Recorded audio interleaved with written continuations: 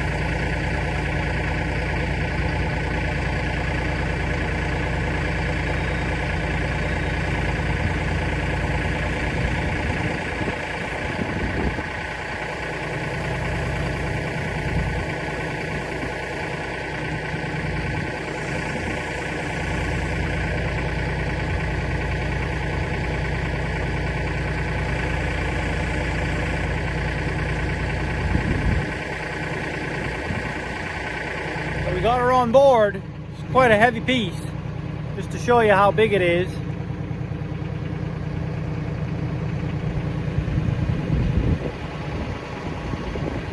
Pretty big piece of maple. But that'll be interesting to stick that in the sawmill. So I'll do a video when we stick that in the sawmill, and I'll just slab that up and put it in the garage and you know, wait for it to dry, I guess. Curly maple. Anybody out there has any experience or has any curly maple, let me know what you did with it.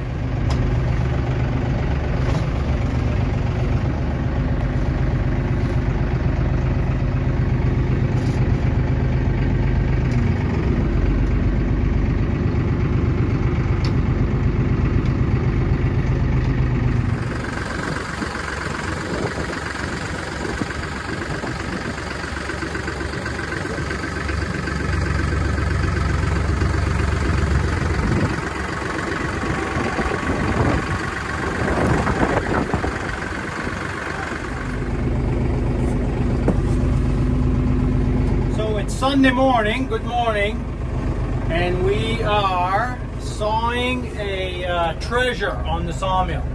So I've been waiting for my log bunk to be empty there, and today's the day. I've been meaning to saw this very rare curly maple.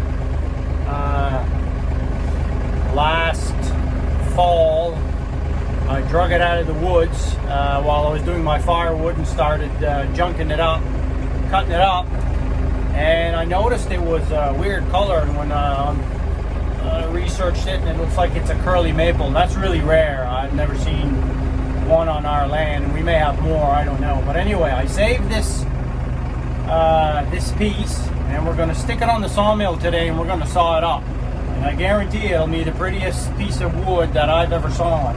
Might ever saw again, so we'll see what we get out of it.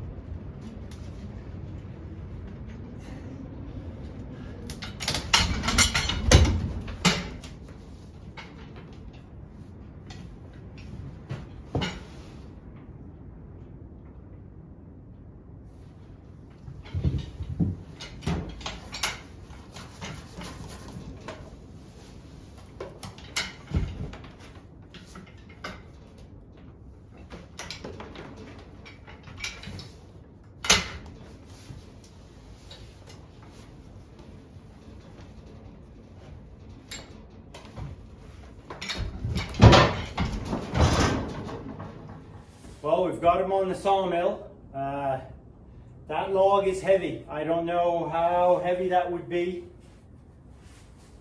I'm guessing right up into the 1,000, 1,200 pounds. Easy, and it's, I mean, it hasn't dried much, but it's so dense and hard. But anyway, I've got them on the sawmill. And I'm going to position them a little better here. And change to brand new, freshly sharpened blade, and I'm going to put a cut through it here. Just to give you an idea of how big this tree is, this is the bigger end. We've 23 inches here, and on our smaller end, we'll put a toe board under here so we can lift them up some, so we can get some even cuts. On the small end, we're going to give them 19 inches. Yesterday was Saturday, and myself and a couple of friends, we attended a woodland conference. And I really suggest, if you're a woodland owner or you own a piece of forest or woodlot, and you want to maintain it and just find out how to, maintain it and stuff, I really encourage you to join your local woodlot association or club or whatever be the fact there that you have locally. They have the resources to be able to provide you with instructions on how to maintain your woodlot, your boundary lines, how to take care of different species of animals that may exist on your property, and it's a great way to link up with different government organizations and other woodlot owners and stuff. And I really encourage you to join and take part into your local woodlot owner, whether it be an association or whatever. I also met, it was quite humbling, honestly. I met a couple of people that watch me on my channel here. A guy came up to me, looked at my name tag, and he said, he shook hands with me, and he said, I watch you on YouTube. So that was pretty cool. And I also met a really nice couple and had a long conversation with them. And if you're watching, hey, it was nice to meet you guys all down there yesterday. So pretty humbling to attend the woodlot conference and see some people come up and say, we watch these videos and enjoy them and all that stuff. So that's great. So if you own woodlots or woodland, try to participate into your local woodlot association. I want to show you something about this blade. I just started it up and made it turn a couple times, and I could see the blade hop a little bit. I'll show you something.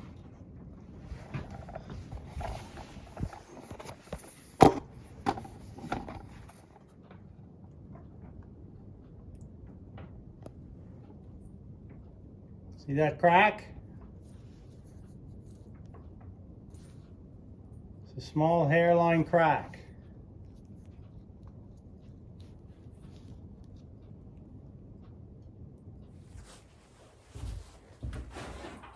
So that's simply a stress fracture. The blade's probably been sharpened quite a few times. And when you put it on the sawmill, you tighten up the tension and you'll see it pulsate. So that's probably a good indication that that blade is going to break. And it would have broken into this hard maple here. It's wide, it's a big piece of wood, and it would have snapped guaranteed. So with that stress fracture, I'll show you. There we go. That's all it took.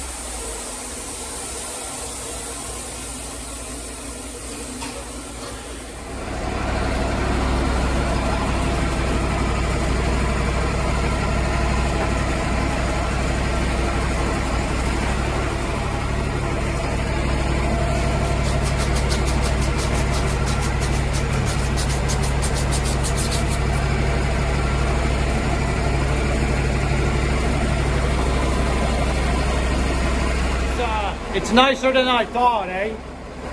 Check out the grain on this thing. And by the way, this is just the first cut.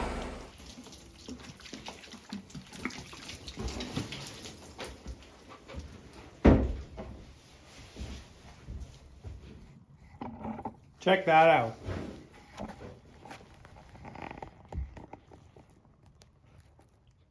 That's crazy. Like I said, this is just first cut.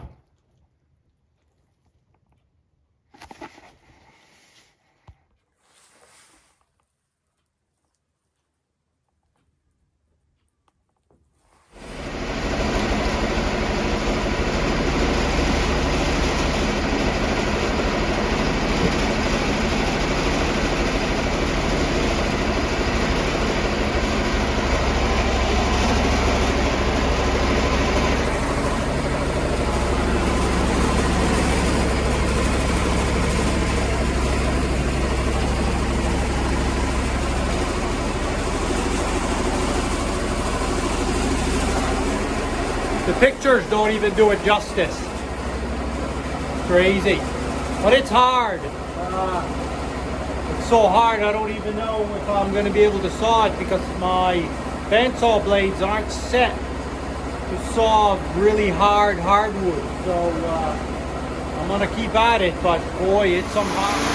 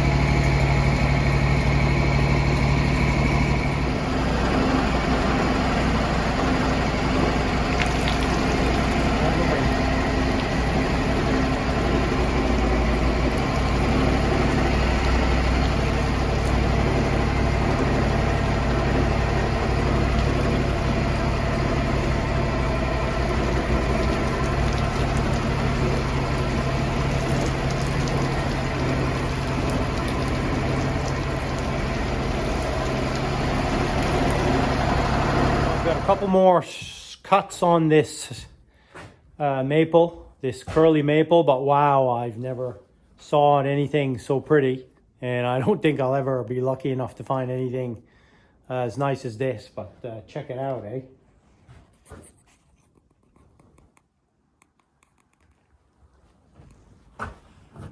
It actually has some spalting as well. Now, if you're into that whole epoxy thing, you could put some epoxy in here because it's got some rot in the middle. Kind of looks like, I mean, the video doesn't do it justice, but it kind of looks like it's on fire. Now, I've got that much left.